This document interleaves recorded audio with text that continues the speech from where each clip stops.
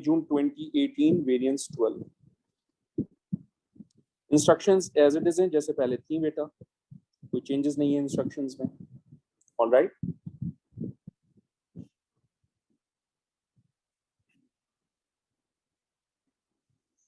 देखिए, a student wants to show that the rate of reaction between calcium carbonate and dilute hydrochloric acid doubles for every 10 degrees Celsius rise in temperature.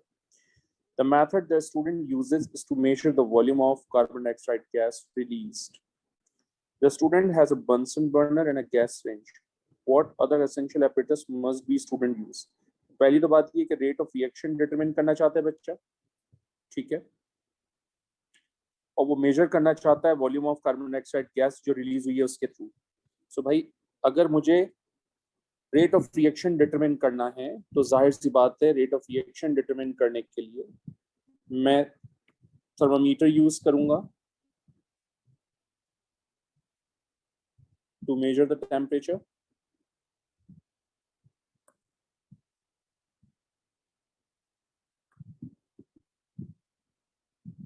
ठीक है बेटा, इसके अलावा rate of reaction determine करने के लिए मुझे जाहिर सी बात है टाइम भी तो चाहिए ना, और टाइम के लिए बेटा मैं स्टॉप वॉच यूज करूंगा। ठीक है, जाहिर सी बात है मैं डाइल्यूट हाइड्रोक्लोरिक एसिड यूज कर रहा हूं, तो वॉल्यूम ऑफ HCl भी तो मुझे मेजर करना होगा ना, and for that I need measuring cylinder.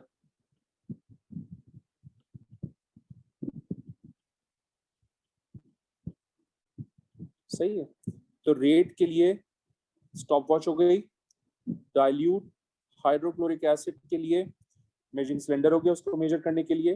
Temperature निकालने के लिए ऑब्वियसली बेटा मुझे थर्मोमीटर चाहिए, और ऑब्वियसली बेटा आपको कैल्शियम कार्बोनेट का मास भी तो मेजर करना है ना।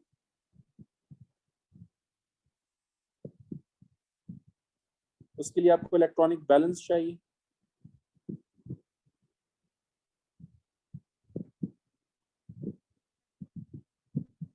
तो अब जरा देखिए, एक electronic balance, measuring cylinder, stopwatch, thermometer, ये चार चीजें देखिए कहां पर लिखा हुआ है।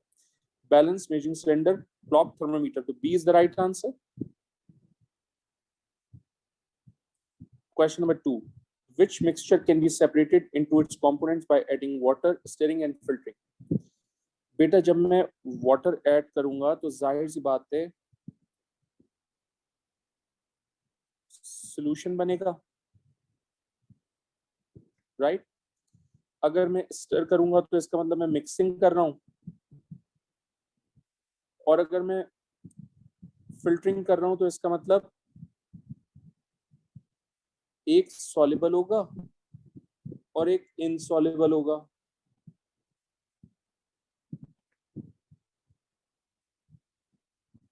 सही, ये मीनिंग है इन तीन के, राइट। तो अब जरा देखिएगा, calcium carbonate and sodium chloride. तो बेटा कैल्शियम कार्बोनेट और सोडियम क्लोराइड, अगर मैं वाटर ऐड करूंगा तो सोडियम क्लोराइड डिसॉल्व हो जाएगा, ठीक है।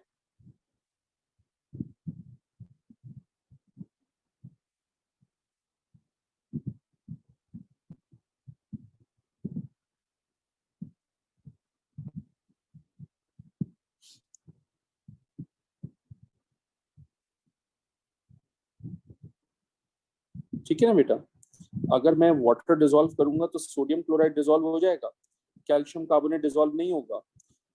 मिक्सिंग करने के बाद फिल्टर करूंगा तो ये सॉल्युबल है, ये अलग हो जाएगा, और ये रेसिड्यू के तौर पे अलग आ जाएगा। तो ए इज द राइट आंसर। ठीक,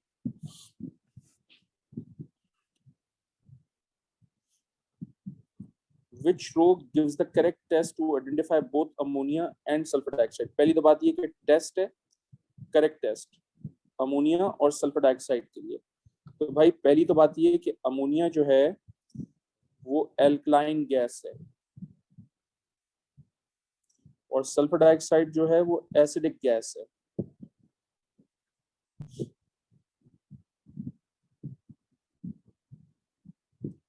ठीक है, दूसरी बात ये सल्फर डाइऑक्साइड जो है वो रिड्यूसिंग एजेंट भी, अगर आपको याद हो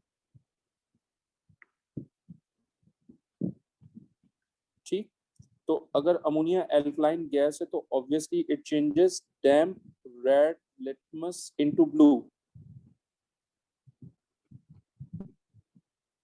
ठीक है, तो आप चेक करोगे कहाँ लिखा है damp red litmus paper blue. Damp red litmus paper blue ammonia का होता है, तो वो सी में भी लिखा है, डी में भी लिखा है, इसका मतलब कॉम्बिनेशन सी और डी के दरमियान है। तो पहले सी देख लेते हैं। सल्फर डाइऑक्साइड को आइडेंटिफाई करने के लिए टेस्ट किसके साथ करवाएंगे? एसिडिफाइड पोटेशियम मैग्नेट 7 के साथ। एसिडिफाइड पोटेशियम मैग्नेट 7 के साथ करवाएंगे तो जाहिर सी बात है पोटेशियम मैग्नेट 7 का कलर जो है वो डिस्कार्ड हो जाएगा। तो राइट आंसर इज सी। ठीक है,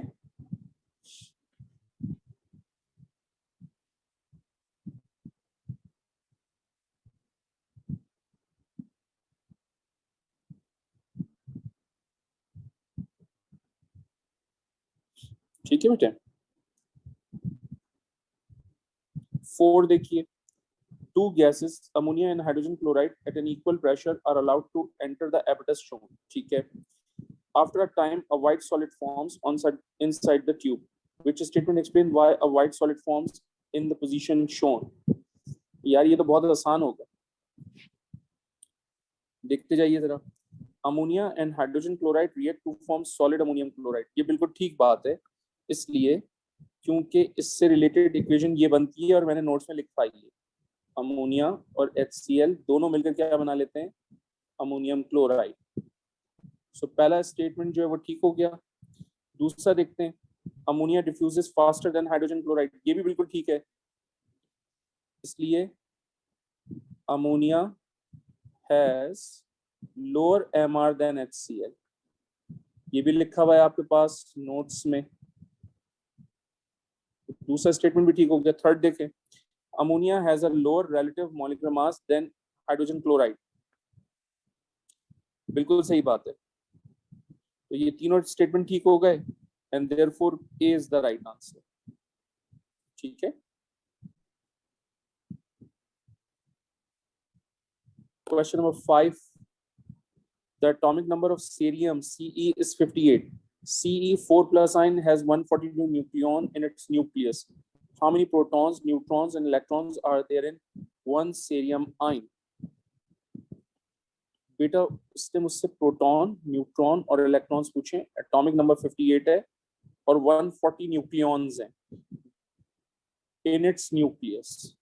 तो पहली बात ये कि अगर पहली बात तो ये कि सेरियम का एटॉमिक नंबर है 58, तो अगर 4 प्लस चार्ज है तो इसका मतलब उसमें से 4 इलेक्ट्रॉन्स चले जाएंगे, तो कितने इलेक्ट्रॉन्स रह जाएंगे?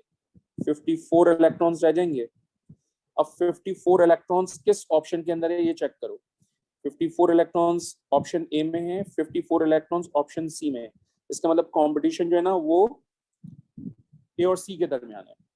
ऑन टॉप ऑफ दैट आपको ये भी पता होना चाहिए कि इसमें 58 प्रोटॉन्स हैं।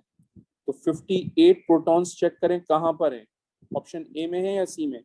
58 प्रोटॉन्स ऑप्शन ए में है, इसलिए ए जो है वो राइट आंसर हो जाएगा। Sir what about neutron? बेटा वो भी बहुत आसान है। अगर मुझे न्यूट्रॉन निकालने हैं तो जो न्यूक्लियॉन नंबर है यानी एटॉमिक मास यानी मास नंबर 140, उसमें से मैं 58 को सब्ट्रैक्ट कर देता हूँ। तो जब मैं 140 में से 58 को सब्ट्रैक्ट करूंगा तो मेरे पास बेटा 82 न्यूट्रॉन्स आ जाएंगे। तो वो 82 न्यूट्रॉन्स ऑब्वियसली ए के अंदर आ रहे हैं, तो ए इज द राइट आंसर। ठीक है, question number 6, the diagram show the arrangement of particles in 3 solids X, Y and Z। the 3 solids are krypton, potassium and sodium chloride। which row correctly identifies X, Y and Z? बेटा sodium chloride आपके पास क्या है? Ionic compound.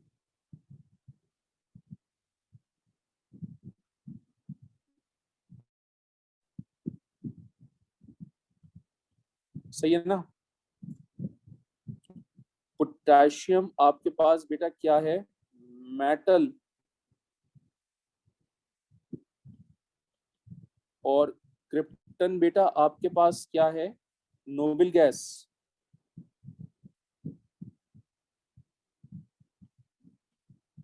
और तमाम noble gases monoatomic होती हैं, यानी consist of single atom, right. Ionic compound के अंदर हमेशा क्या होता है, फोर्स ऑफ अट्रैक्शन होती है।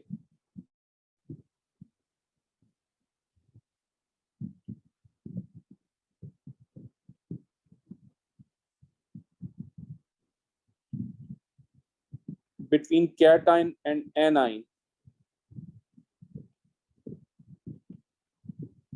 ठीक है। मेटल के अंदर क्या होता है, फोर्स ऑफ अट्रैक्शन। ये नोट्स रिपीट कर रहा हूं मैं सारे के सारे जो रजिस्टर में लिखे हैं। Between positive ion and sea of electron. भैया एक्स जो है वो आपका क्या हो गया, सोडियम क्लोराइड। अब अगर एक्स सोडियम क्लोराइड है तो वो किस ऑप्शन के अंदर है, सी में है, डी में है। इसका मतलब या तो सी आंसर है या डी आंसर है।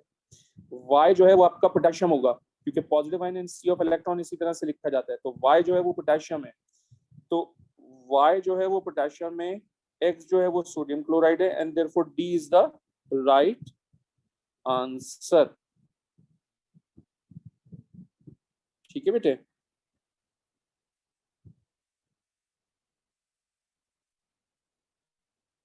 Question number 7, which statement about solid calcium chloride is correct? Solid calcium chloride, solid calcium chloride is correct। भैया पहली तो बात ये कि solid calcium chloride is an ionic compound, और ionic compound हमेशा crystal lattice में एग्जिस्ट करते हैं। अगर आपको याद हो 3 डायमेंशनल स्ट्रक्चर होता है लैटिस का। जरा ऑप्शन पढ़ते हैं। It conducts electricity, wrong. जब सॉलिड होता है तो फ्री मोबाइल आयंस नहीं होते, इलेक्ट्रिसिटी कंडक्ट नहीं होगी। It has low melting point, no. Ionic compounds have high melting and boiling point, physical properties में लिखा है, तो ये भी गलत हो जाएगा। It has an ionic lattice structure, ये सही है। आयनिक लैटिस स्ट्रक्चर होता है, आयनिक बॉन्डिंग होती है, लैटिस स्ट्रक्चर होता है। आगे चल लें। In water calcium chloride soluble in water होता है, तो ये गलत हो गया, आंसर इज सी। अलर्ट रहिएगा क्वेश्चन नंबर 8 में। ethane C2H6 and ammonia NH3 are covalent compounds. The dot and cross diagram for these compounds are shown. ये ethane की है, ये ammonia की है। Which statement are correct? A molecule of ethane contain twice as many hydrogen atom as a molecule of ammonia। भैया आप note करें, इसमें कितने हाइड्रोजन है 3, इसमें कितने हाइड्रोजन है 6, तो इसका मतलब पहला स्टेटमेंट ठीक हो गया, क्योंकि इथेन में डबल हाइड्रोजन एटम्स हैं एज कंपेयर टू अमोनिया, तो पहला स्टेटमेंट ठीक है।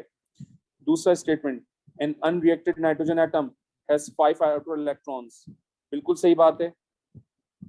नाइट्रोजन एटम जो है वो बिलोंग करता है ग्रुप 5 को, belongs to group 5।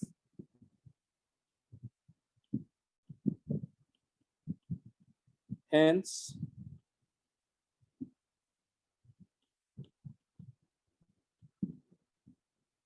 contain 5 electrons। तो दूसरा स्टेटमेंट भी ठीक हो गया। और ये जो दूसरा स्टेटमेंट है ये लिखा हुआ है एटॉमिक स्ट्रक्चर के चैप्टर में, लिखा है मैंने।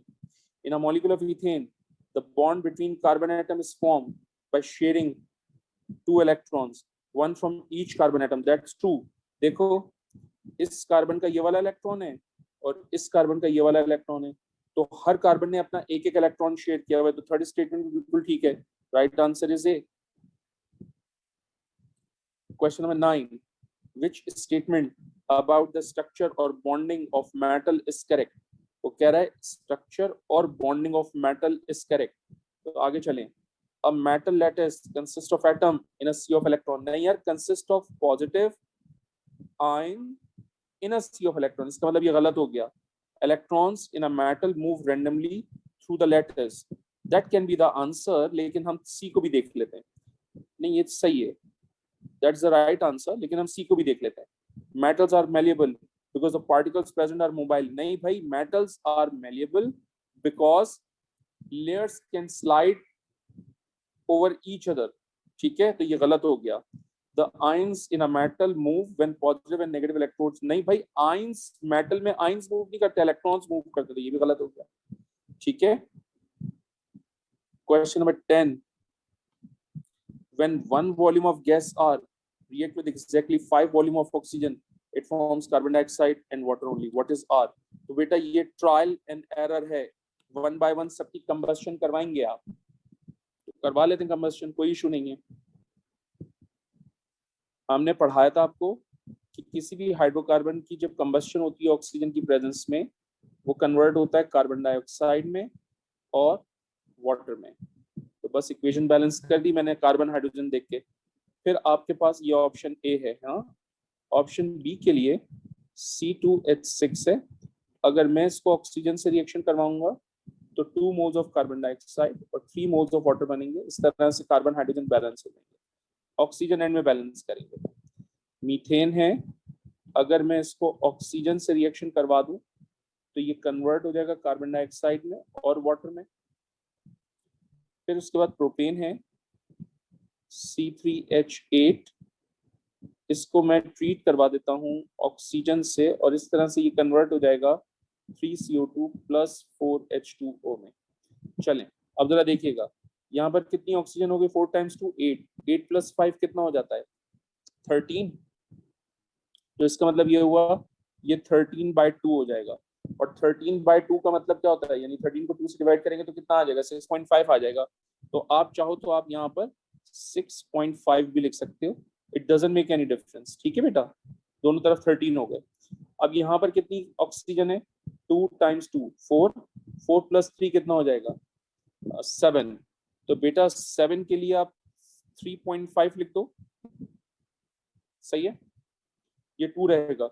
C3H8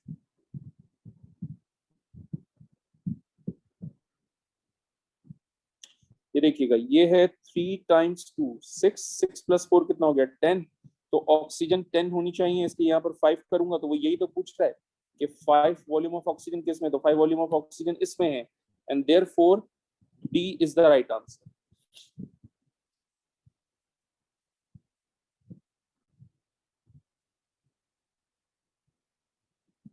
क्वेश्चन 10 तक करवाया, कोई क्वेश्चन नहीं है अल्हम्दुलिल्लाह अभी तक। आगे चलते हैं।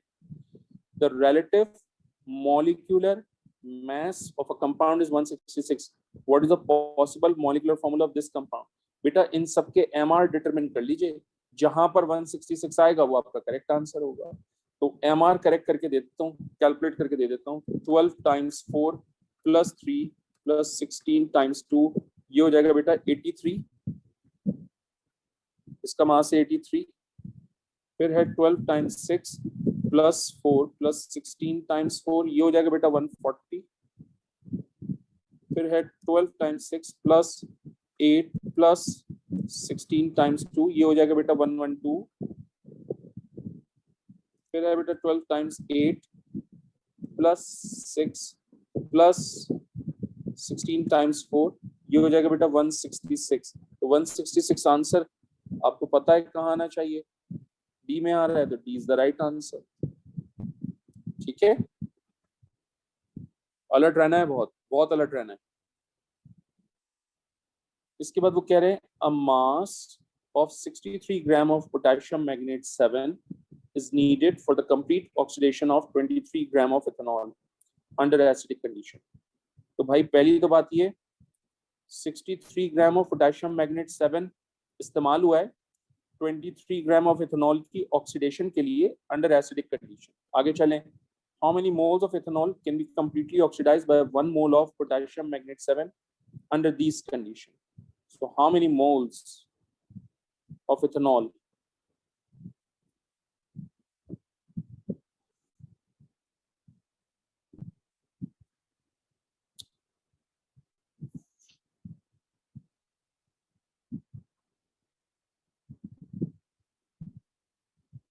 देखिए बेटा,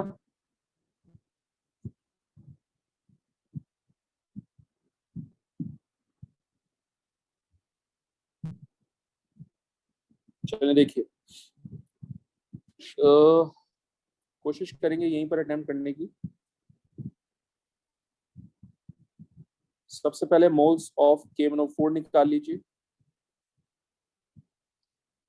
63 है, इसको डिवाइड कर दीजिए KMnO4 के MR से विच इज 158, और ये MR आप खुद से निकालेंगे, एग्जामिनर नहीं देगा आपको। इसके मोल्स मेरे पास आ रहे हैं कैलकुलेटर पे 0.3987, सही है। मैं मोल्स ऑफ इथेनॉल निकाल लेता हूं, मास दिया हुआ है 23, इसको डिवाइड कर देता हूं 46 से, तो इसके मोल्स आ जाएंगे बेटा मेरे पास कैलकुलेटर में 0.5 मोल्स। ठीक है, third statement 0.39,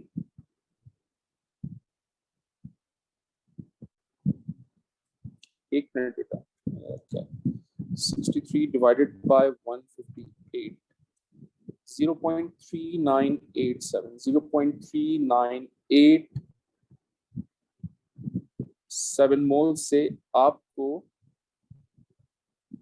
0.5 mole of oxidation हो रही है।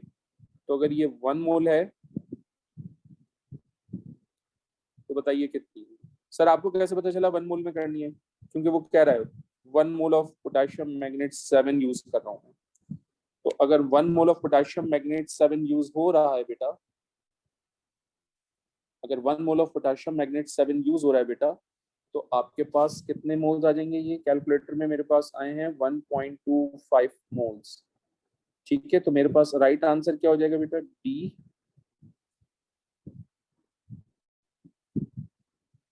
तो 63 ग्राम ऑफ पोटेशियम मैग्नेट 7 से 23 ग्राम ऑफ इथेनॉल मिला है। अच्छा, मैं इसको थोड़ा सा शॉर्ट कर दूं, अगर आप इसका स्क्रीनशॉट ले लें अपनी अंडरस्टैंडिंग के लिए, मैं इसको शॉर्ट कर देता हूं, मैं इसको शॉर्ट कर देता हूं। मुझे ये बहुत पसंद है क्योंकि कॉन्सेप्ट लगाया मैंने, लेकिन देखो मैं इसको शॉर्ट करके भी दिखाता हूँ। शॉर्ट करने का तरीका ये है, देखना, अलर्ट रहना भाई। शॉर्ट करने का तरीका ये है कि 63 ग्राम ऑफ KMnO4 से आप कितना अमाउंट ऑक्सीडाइज कर रहे थे? 23 ग्राम ऑफ इथेनॉल, ऐसा ही है ना?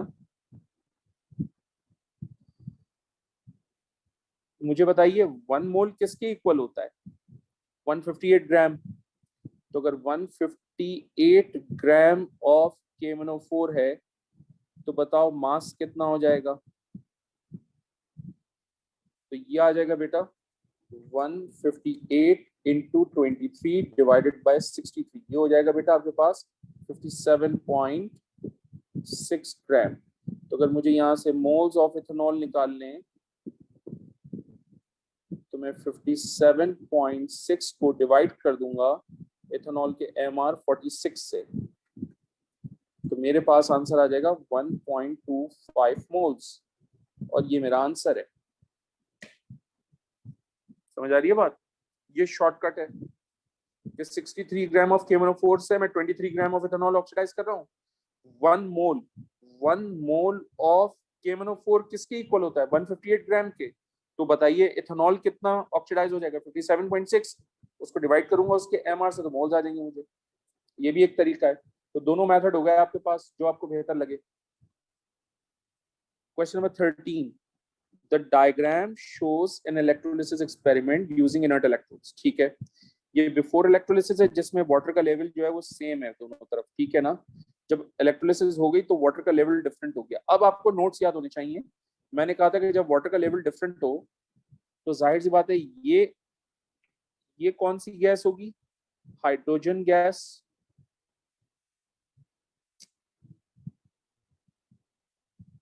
सही है, क्योंकि कैथोड पे रिलीज हो रही है। और ये कौन सी गैस होगी बेटा यहाँ पर? Oxygen gas.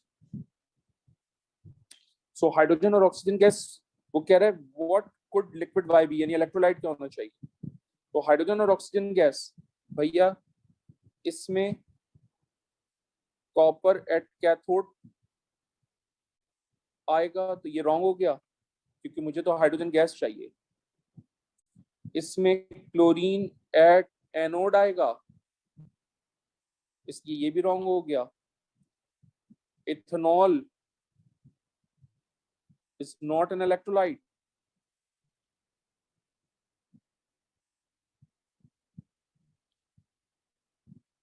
ठीक है, ये भी लिखा है तो ये भी गलत हो गया। तो राइट आंसर क्या हो गया आपके पास? सी हो गया। और आप नोट कीजिएगा, मैंने आपको डायग्राम बनवाई है और एग्जैक्ट यही डायग्राम बनाई हुई और उसमें यही बताया हुआ है कि यार ये वाटर लेवल जब डिफरेंट हो, ये लिक्विड लेवल जब डिफरेंट हो, इसका मतलब सल्फ्यूरिक एसिड की इलेक्ट्रोलिसिस कर रहा है। ये डायग्राम बनवाई मैंने सिर्फ सल्फ्यूरिक एसिड की इलेक्ट्रोलिसिस में। क्वेश्चन नंबर 14, थोड़ा सा स्पीड से चलते हैं। Magnesium can be produced by the electrolysis of molten magnesium chloride. What are the products formed at cathode at anode during the electrolysis of molten magnesium chloride? भाई molten magnesium chloride है और आपसे वो कह रहा है कैथोड और anode पे बताओ। तो एनोड पे बताना है और कैथोड पे बताना है, बहुत ही आसान है, इससे ज्यादा आसान तो हो ही नहीं सकता। कैथोड पे आएगा मैग्नीशियम और एनोड पे आएगा क्लोरीन। चेक कर लीजिए कहां पर लिखा है क्लोरीन और मैग्नीशियम। एनोड पे क्लोरीन, कैथोड पे मैग्नीशियम, तो B is the right answer. ठीक है, उसके बाद the diagram shows apparatus that can be used to extract aluminum from its ore. ये J है, ये K है, ये L है। वो कह रहा है what are J, K and L। अगर आपको याद हो मैंने लेबल किया था कि ये आपका ग्रेफाइट एनोड है। मैं इसको बता देता हूँ, ये क्या है आपका ग्रेफाइट एनोड। अब आपको लेबलिंग याद होनी चाहिए।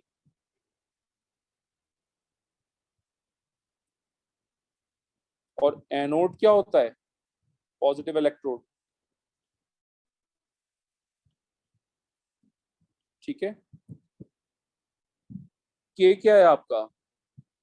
एल्यूमिनियम ऑक्साइड प्लस क्रायोलाइट का मिक्सचर होता है, अगर आपको याद हो, लेबलिंग याद होनी चाहिए। और एल क्या है आपका? Molten aluminium.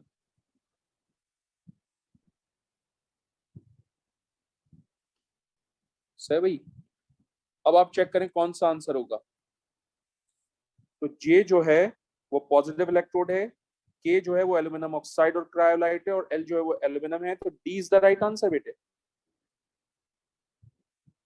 ठीक है, question number 16, a reaction is exothermic.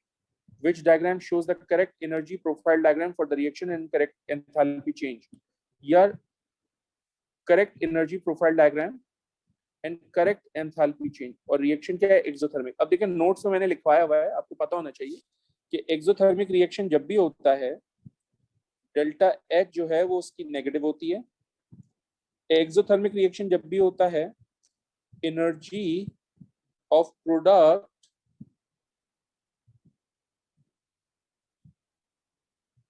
Is less than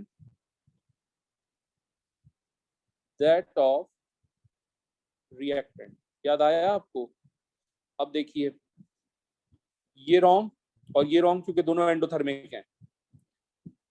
ये भी ठीक है और ये भी ठीक है, इसलिए क्योंकि energy of product is less than that of the reactant. लेकिन डेल्टा एच नेगेटिव होनी चाहिए और डेल्टा एच नेगेटिव यहां पर है, इसका मतलब D is the right answer. और एरो भी डाउनवर्ड होना चाहिए, right. Question 17, which fractions of petroleum is used as a fuel in aircraft engine? यार केरोसिन होता है। ठीक है, तो C is the right answer. Sir why not A? बेटा बिटुमेन जो है वो रोड मेकिंग के लिए इस्तेमाल होता है। ठीक है सर, पेट्रोल कार्स के लिए इस्तेमाल होता है, ऑटोमोबाइल्स के लिए इस्तेमाल होता है, राइट। कैरोसिन जेट फ्यूल के लिए इस्तेमाल होता है, एज ए जेट फ्यूल इस्तेमाल होता है, यानी एयरक्राफ्ट इंजन के लिए इस्तेमाल होता है। ठीक है, इसलिए सी is the right answer. Naphtha जो है वो तो डीजल वगैरह होता है उसके लिए इस्तेमाल होता है। Question number 18, the equation for photosynthesis is shown, which statement about photosynthesis is correct? About photosynthesis is correct, चलो पढ़ते हैं। it has a negative enthalpy change। photosynthesis क्या होता है बेटा? बॉन्ड मेकिंग प्रोसेस होता है, राइट? सही है, ऐसा ही है।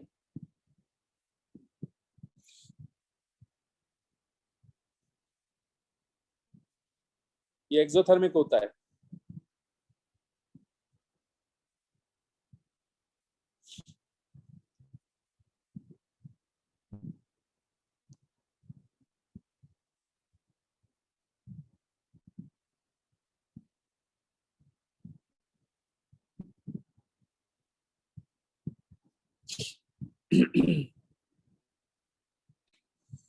It is catalysed by the presence of yeast. नहीं, ये तो फर्मेंटेशन ऑफ शुगर के लिए होता है।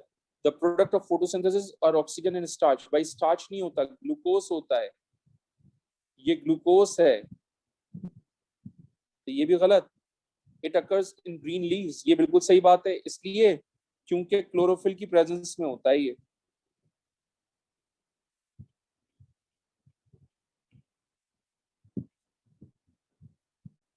ठीक है, एक चीज देख लीजिएगा जरा,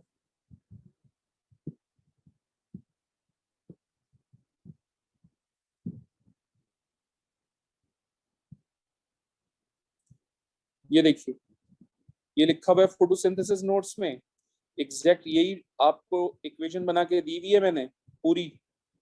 ये देखिए लिखा हुआ भी है ग्लूकोज। सो फोटोसिंथेसिस एक्चुअली एंडोथर्मिक रिएक्शन होता है, रेस्पिरेशन एक्सोथर्मिक रिएक्शन होता है। ठीक है, इसलिए ऑप्शन ए जो है वो भी इनकरेक्ट था आपका। ये भी इनकरेक्ट है, ये भी इनकरेक्ट है, ये भी इनकरेक्ट है। 19, compound X reacts with an acid to produce sulfur dioxide gas. Okay, a sample of X is placed in a flask and acid is added. The sulfur dioxide produced is collected and its volume is measured at various times. A graph of the result is plotted. ठीक हो गया? Which statement about this experiment is correct? Which statement about this experiment is correct? Okay. पहली तो बात ये कि जो sulphur dioxide gas produce हो रही है वो कलेक्ट हो रही है और उसका वॉल्यूम मेजर हो रहा है एट डिफरेंट टाइम इंटरवल्स। तो भाई ये कलेक्ट होगी इन गैस सिरिंज।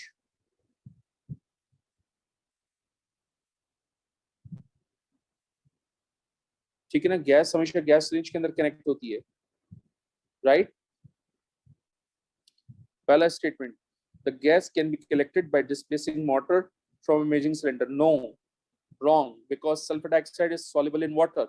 ये भी लिख दो यहाँ पर, सल्फर डाइऑक्साइड गैस क्या होती है? वाटर सॉल्युबल होती है। तो अगर आप वाटर पे कलेक्ट करोगे तो वो तो डिसॉल्व हो जाएगी, कलेक्ट ही नहीं होगी, उसका वॉल्यूम ही नहीं मेजर होगा डिसॉल्व होने की वजह से। तो पहला स्टेटमेंट रॉन्ग हो गया। उसके बाद the mass of reaction flask and its content decreases as the reaction proceed. बिल्कुल सही बात है, ये मैंने करवाया है आपको। जब कंपाउंड एक्स और एसिड दोनों आपस में रिएक्शन करेंगे तो बेटा कंपाउंड एक्स और एसिड दोनों कंज्यूम होंगे, जिसकी वजह से दोनों का मास जो है वो डिक्रीज होगा विद टाइम। ठीक है, अच्छा दूसरी बात, सी भी देख लीजिए, the rate of reaction increases as time increases. भाई जब टाइम इंक्रीज हो रहा है तो रेट ऑफ रिएक्शन कांस्टेंट हो गया है, गलत हो गया। The reaction is still proceeding after 8 minutes. नहीं भाई, स्टिल प्रोसीड नहीं हो रहा, कांस्टेंट हो गया है। ठीक है, इसके बाद तो कांस्टेंट ही हो गया ना, तो 8 मिनट के बाद चल थोड़ी रहा है, कांस्टेंट हो गया है। ठीक है,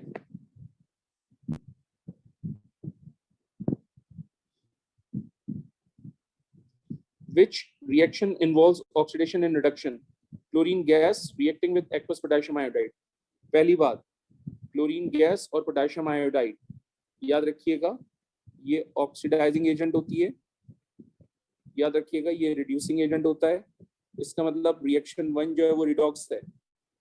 ठीक है, इसके बाद मैग्नीशियम और सल्फ्यूरिक एसिड का रिएक्शन करवा लेते हैं। तो जब मैग्नीशियम और सल्फ्यूरिक एसिड दोनों रिएक्शन करेंगे तो MgSO4 प्लस हाइड्रोजन गैस बनेगा। अलर्ट रहना जरा देखना, मैग्नीशियम यहाँ पर 0 है, यहाँ 2 प्लस है, हाइड्रोजन +1 है, यहाँ 0 है, हो गया ना ये भी रिडॉक्स। ठीक है, उसके बाद dilute hydrochloric acid reacting with aqueous sodium hydroxide, तो भाई ये न्यूट्रलाइजेशन रिएक्शन है, और न्यूट्रलाइजेशन रिएक्शन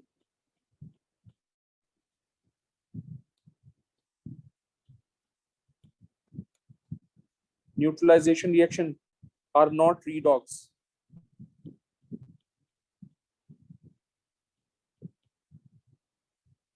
तो राइट आंसर क्या होगा बेटा? 1 and 2, आंसर इज बी।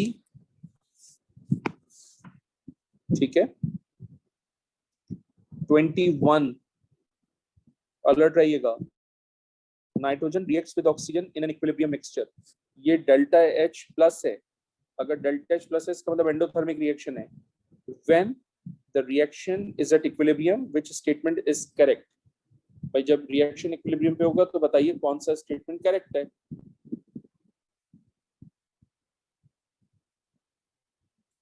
गौर से सुनिएगा, when the reaction is at equilibrium, तो at equilibrium rate of forward is always equals to rate of backward, यही लिखा है मैंने आपको नोट्स में। चलो पढ़ो, the concentration of nitrogen present will change with time। नहीं बेटा, at equilibrium पे ये थोड़ी होता है। at equilibrium मैं लिख देता हूँ, concentration at equilibrium concentration must be constant। ठीक है, इसका मतलब विद टाइम के साथ डिक्रीज नहीं हो रही होगी। The forward and backward reactions are taking place at the same rate, that's the right answer, क्योंकि इक्विलिब्रियम के ऊपर rate of forward equals to rate of backward होता है हमेशा। ठीक है, सी हो गया। क्यों? क्योंकि रिएक्शन एंडोथर्मिक है, एनर्जी एब्जॉर्ब करेगा। S reaction is endothermic, it will absorb energy or it will gain energy। सही है, और डी भी गलत हो गया क्योंकि दोनों तरफ नंबर ऑफ मोल्स सेम है, same number of moles on both side. सही है बेटे, आगे चलें। Let 2 oxide reacts with dilute nitric acid neutralizing the acid, let 2 oxide also reacts with aqueous sodium hydroxide neutralizing the alkali, which word best describe lead oxide? भैया ये जो lead 2 oxide होता है ना, ये आपका एम्फोटेरिक ऑक्साइड होता है, और amphoteric oxide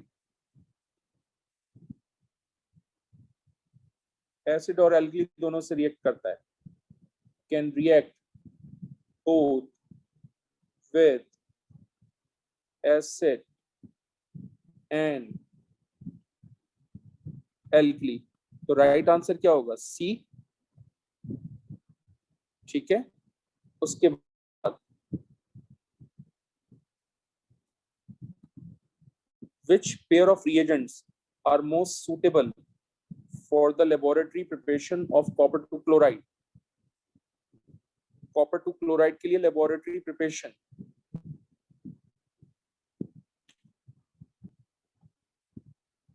option A wrong, इसलिए क्योंकि both salts are soluble.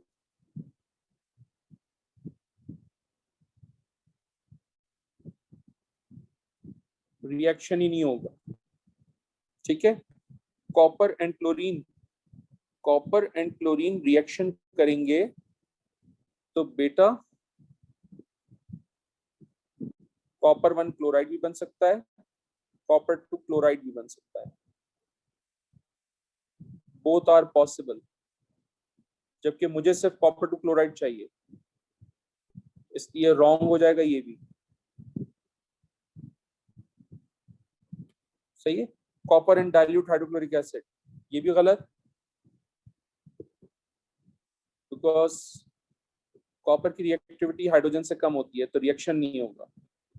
Reactivity of copper is less than hydrogen. सही है बेटे? ओह माय गुडनेस, तो राइट आंसर क्या होगा बेटा? डी। और डी क्यों ठीक है भाई? Because copper oxide is basic oxide, can react with acid। समझ आ रही है बात? आगे चलें। The compounds shown can be used as nitrogenous fertilizers. Which compound has the lowest percentage by mass of nitrogen? MR दे दिए, तो भाई ये तो बहुत जल्दी जल्दी करना पड़ेगा हम लोगों को, तो कर लेते हैं। इसमें नाइट्रोजन 2 है, 2 नाइट्रोजन का मास 28 डिवाइडेड बाय 60 into 100 करूंगा। ये ऑप्शन ए के लिए मैं कर रहा हूँ, तो यहाँ से आंसर आ जाएगा बेटा मेरे पास 46%। ऑप्शन बी के लिए देखिए, 2 नाइट्रोजन है तो मास 28 हो जाएगा, डिवाइडेड बाय 132 हो जाएगा, into 100 हो जाएगा, ये हो जाएगा 21%। ऑप्शन सी देखिएगा, 3 नाइट्रोजन एटम है तो 3 नाइट्रोजन एटम का मास हो जाएगा 42 डिवाइडेड बाय 149 into 100, तो ये हो जाएगा बेटा 28%। और ऑप्शन डी देखिए जरा, अमोनियम नाइट्रेट में 2 नाइट्रोजन है तो 28 डिवाइडेड बाय 80 into 100, तो बेटा यहाँ से आपको कितना मिलेगा? 35%। तो सबसे कम कहां पर है? बी में है, तो B is the right answer. सही है। 25, the diagram shows 3 steps in the manufacture of sulfuric acid। Sulphur से सल्फर डाइऑक्साइड बन रहा है, सल्फर डाइऑक्साइड से सल्फर डाइऑक्साइड, सल्फर डाइऑक्साइड से sulphuric acid. In which step is the catalyst use? आपको पता है जब सल्फर डाइऑक्साइड से सल्फर डाइऑक्साइड बनता है तो कैटलिस्ट यूज होता है, तो step Q is the right answer, because सिर्फ और सिर्फ स्टेप क्यू के अंदर कैटलिस्ट यूज होगा। ठीक है, इक्वेशन ये थी, अगर आपको याद हो, नोट्स में ये लिखवाया मैंने, SO2 plus O2, reversible sign 2SO3 और कैटलिस्ट था V2O5, ये थी। आगे चलें। 26, indium proton number 49 is in group 3 of the periodic table, antimony proton number 51 is in group 5 of the periodic table। ठीक है, which statement comparing indium and antimony is correct? Antimony has more metallic character and more valence electrons per atom than indium। बेटा अगर indium, देखो इधर देखो, indium group 3 का है तो जाहिर सी बात है इसके वैलेंस शेल में 3 इलेक्ट्रॉन्स होंगे इन लास्ट शेल। सही है, लेकिन तुम नोट करो, अगर तुम्हारे पास ग्रुप 5 का है एंटीमनी तो इसके वैलेंस शेल में कितने इलेक्ट्रॉन्स होंगे? 5 इलेक्ट्रॉन्स इन वैलेंस शेल या फिर लास्ट शेल। तो इसका मतलब ये हुआ, कि ऑप्शन ए जो है वो आपका इनकरेक्ट हो गया। इसलिए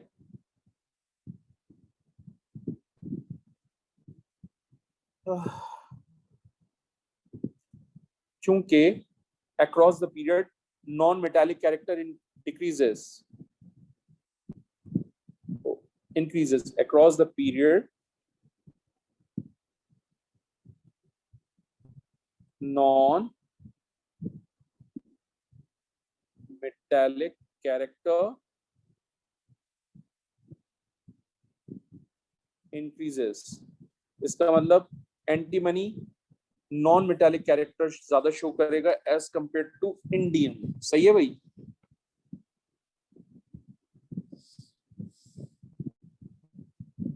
तो ये रीजन थी जिसकी वजह से मैंने गलत कर दिया इसको। ठीक है, आगे चलें। Antimony has more metallic character. ठीक है,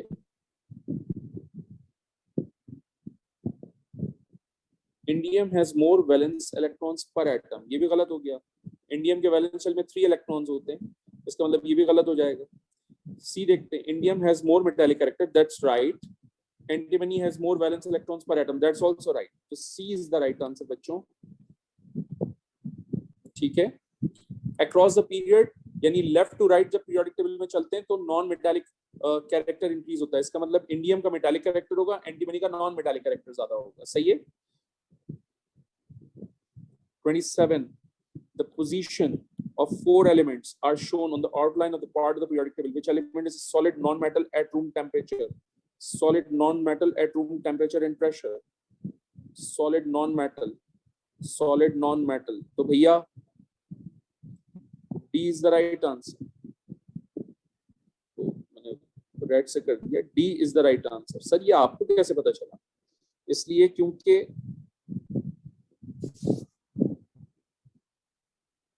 बताता हूं मैं कैसे पता चला। बेटा ये ग्रुप 6 का एलिमेंट है एंड ऑब्वियसली ये गैस होगा। ये ग्रुप 7 का एलिमेंट है और ऑब्वियसली बेटा ये भी गैस होगा। और ये ग्रुप 7 का तो है लेकिन ये सॉलिड होगा। सर ये है क्या चीज? बेटा ये आयोडीन है और आपको मैंने लिखवाया कि आयोडीन सॉलिड होता है at room temperature and pressure, which is why D is the right answer. 3 elements each show oxidation state of +2 and +3. To which part of the periodic table do these elements belong? Transition elements, because transition element shows variable oxidation state. सही है, आसान था ये भी, मैं लिख देता हूं। shows oxidation state of +2 and +3, इसका मतलब वेरिएबल ऑक्सीडेशन स्टेट है।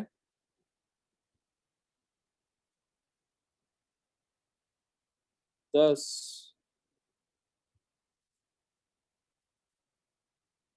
it is transition element.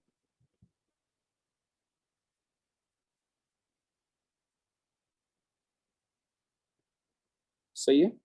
29, brass is an alloy, which statement is correct? Brass is an alloy, which statement is correct? It contain a sea of electron, that's right. इसलिए क्योंकि brass, okay ji. 30, copper 2 oxide reacts with carbon when which statement about the situation is correct? Carbon is oxidizing agent, wrong. Carbon is reducing agent. Carbon is reducing agent, that's right.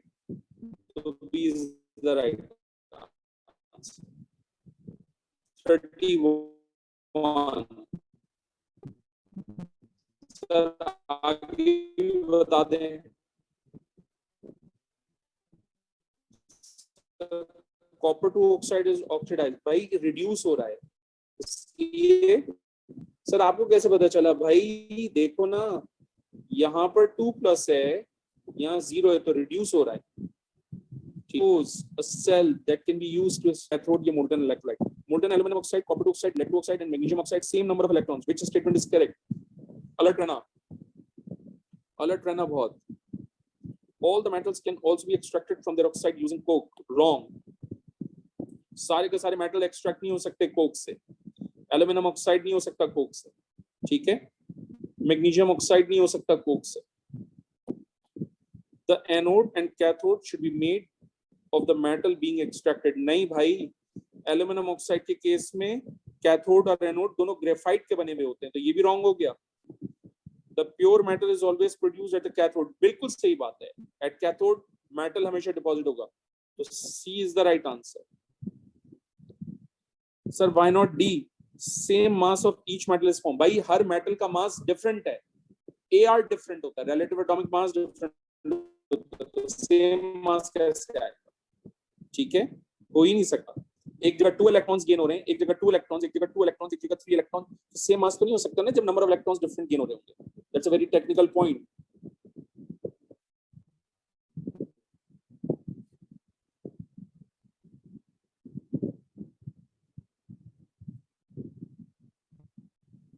Iron is obtained in the blast furnace from the ore hematite.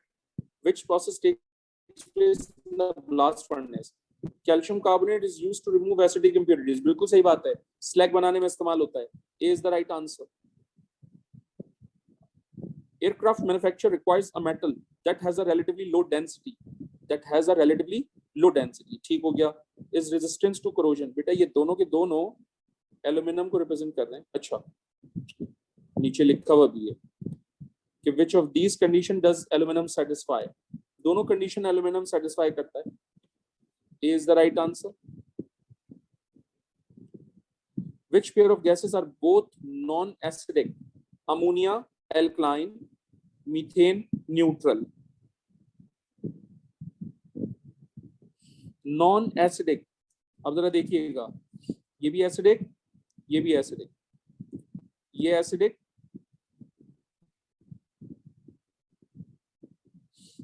ये neutral. सही है. ये acidic तो ये भी गलत, ये acidic तो ये भी गलत, ये एसिडिक तो ये भी गलत. समझ आ रही है बात?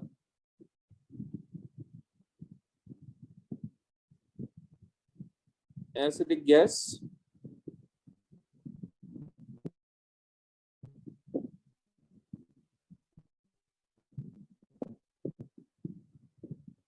एसिडिक गैस, इसकी ये तीनों गलत हो गई. राइट आंसर क्या हो जाएगा? ए, क्योंकि अमोनिया अल्कलाइन है और मीथेन न्यूट्रल है. अमोनिया क्या है? अल्कलाइन गैस, नोट्स में लिखा हुआ है अगर आप याद करें. और मीथेन क्या है? Neutral gas. न्यूट्रल होती है, उसको कोई ना वो एसिडिक होती है ना वो अल्कलाइन होती है. Sea water is desalinated to make it drinkable. What is the main substance removed by desalination?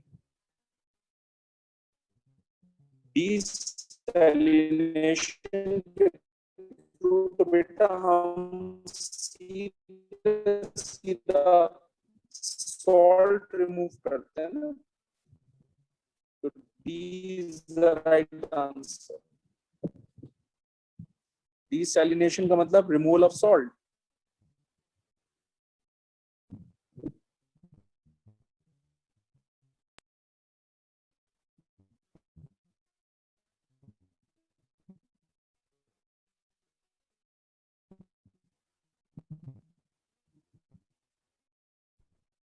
Removal of salt. 36.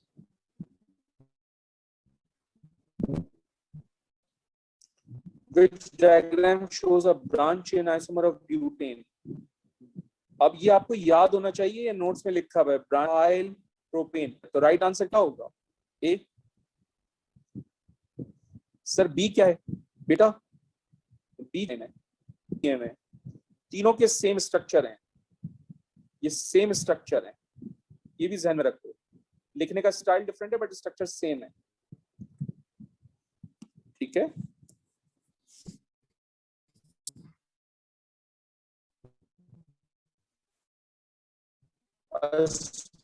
Straight chain alkene C4H8 undergoes an addition reaction with bromine.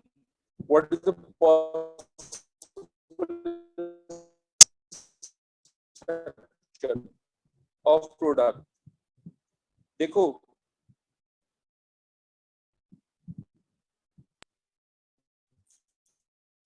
ये मैंने आपको कुछ अर्से पहले बताया था, आज फिर बता रहा हूं. जब ये रिएक्शन होगा, will add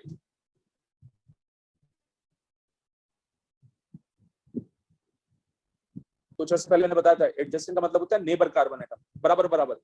सो ये बराबर बराबर वाली कार्बन से अटैच नहीं, राइट? नेबर कार्बन एटम से अटैच नहीं है. ये नेबर कार्बन एटम से अटैच है, तो B is the right answer. 1 2 3 C neighbour carbon atom से अटैच नहीं है. सही है. एडजेसेंट कार्बन एटम का मतलब नेबर कार्बन एटम, यानी मैं चाहूं तो मैं इस तरह से लिख के दे सकता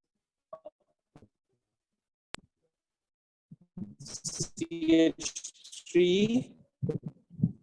CHBr वॉइस में लिखा, ठीक है बेटा, आवाज गड़बड़। ओ गॉड। अच्छा एक और चीज सुन लीजिए प्लीज, ये पॉसिबल आंसर है,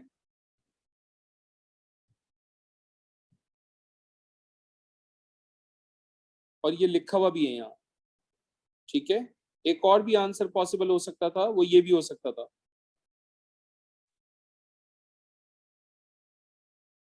ये भी ठीक है, ये भी ठीक है, लेकिन ये गिवन नहीं है ऑप्शंस में, नॉट गिवन इन ऑप्शंस। इन दोनों में से कोई एक गिवन होता, ये दिया हुआ है उसके अंदर, ठीक है, इसलिए मैंने बी को ऑप्ट किया। 38,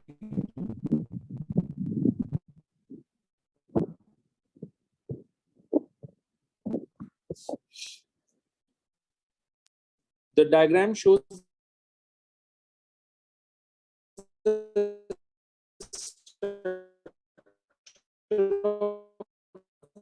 oxalic acid। भैया ये कार्बोक्सिलिक फंक्शनल ग्रुप है बेटा, ये कार्बोक्सिलिक फंक्शनल ग्रुप है, ठीक है। वो कह रहा है which alcohol is oxidized to form carboxylic acid। तो अगर ये कार्बोक्सिलिक एसिड है तो ये क्या होना चाहिए था अल्कोहल में, CH2OH, और ये भी क्या होना चाहिए था, CH2OH। तो अब देखिए ये दोनों कहाँ लिखे में, CH2OH, CH2OH सी में लिखे, तो C is the right answer. ये इतना आसान है, alcohol oxidise into carboxylic acid, ठीक है। दूसरा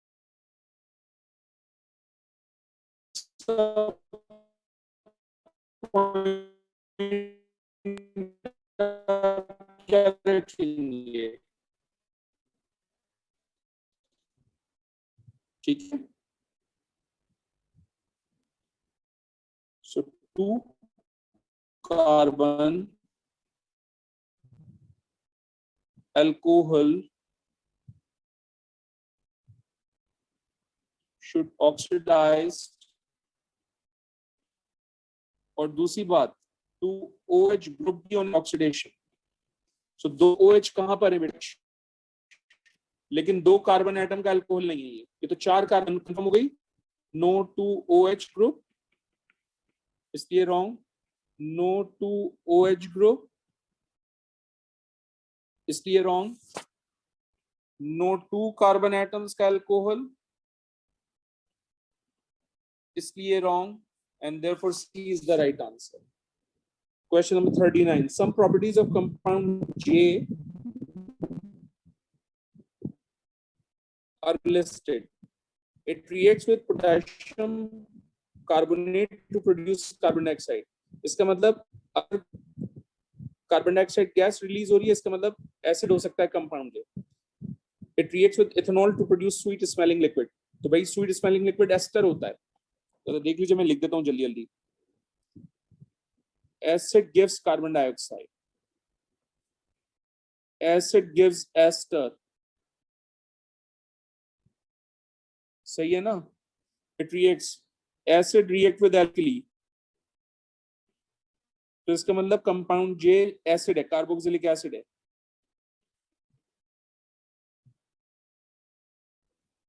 तो identity of J carboxylic acid.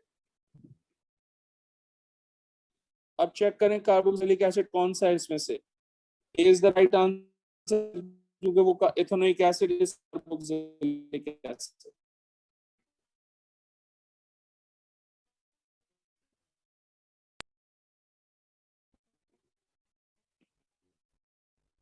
ठीक है, last, the diagram shows the formula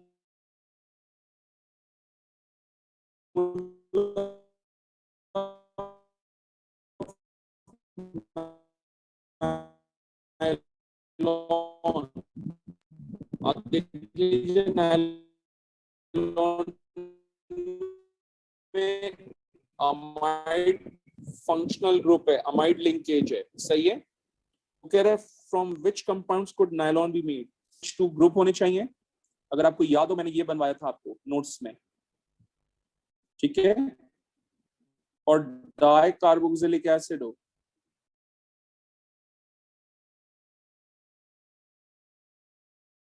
यानी दो COH ग्रुप। और अगर आपको याद हो मैंने ये लिखवाया था आपको, और मैंने कहा था कि जो बॉक्स है वो हाइड्रोकार्बन चेन है, तो 2COH और 2NH2 कहां पर है?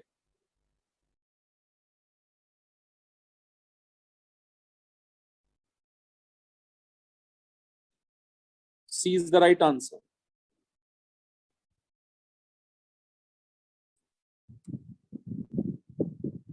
सही है sir, why C is the right answer? Because मैंने कहा था कि ये बॉक्सेस जो है ये डिफरेंट हाइड्रोकार्बन चेन को रिप्रेजेंट करते हैं। आप नोट करें यहाँ दोनों में हाइड्रोकार्बन चेन सेम है, यहाँ दोनों में हाइड्रोकार्बन चेन डिफरेंट है, लेकिन यहाँ 8 कार्बन एटम्स हो गए इसलिए। And that's a very very, ओ एक चीज और, इधर देखो, इधर देखो, ये कार्बोक्सिलिक एसिड है और ये तुम्हारा क्या है, एमाइन। सो इसका मतलब तुम्हारा जो एमाइन है वो 6 कार्बन एटम वाला होना चाहिए, और तुम्हारा जो कार्बोक्सिलिक एसिड है वो 4 कार्बन एटम वाला होना चाहिए। That's why C is the right answer. ठीक है, पॉलीमर का स्ट्रक्चर भी मैटर करेगा।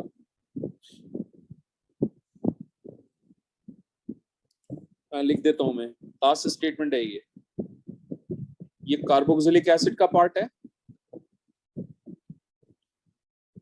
और ये एमाइन का पार्ट है, सही है। चले, thank you very much guys, sorry for inconvenience because of